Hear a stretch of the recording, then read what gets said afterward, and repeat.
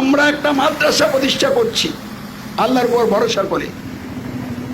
আমাদের এই মাদ্রাসা প্রচলিত মাদ্রাসা নয়।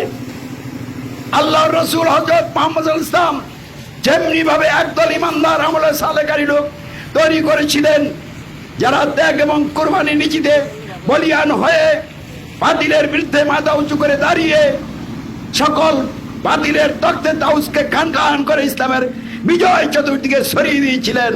আমাদের মাদ্রাসা ঠিক সেই তরিকায় গঠিত হবে ইনশাআল্লাহ।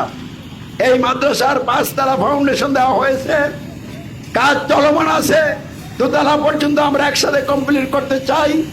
এই জন্য আমাদের 70 লাখ টাকা খরচ হবে। হাতে টাকা নাই, পয়সা নাই, তা আমি কাজ শুরু করে দিয়েছি আল্লাহর উপর ভরসা করে। সকলের প্রতি আমার আন্তরিক আহ্বান থাকবে এই মাদ্রাসাকে প্রতিষ্ঠা করার জন্য সকলে যার যার অবস্থান থেকে সর্বোচ্চ ত্যাগ কুরবানি করবেন।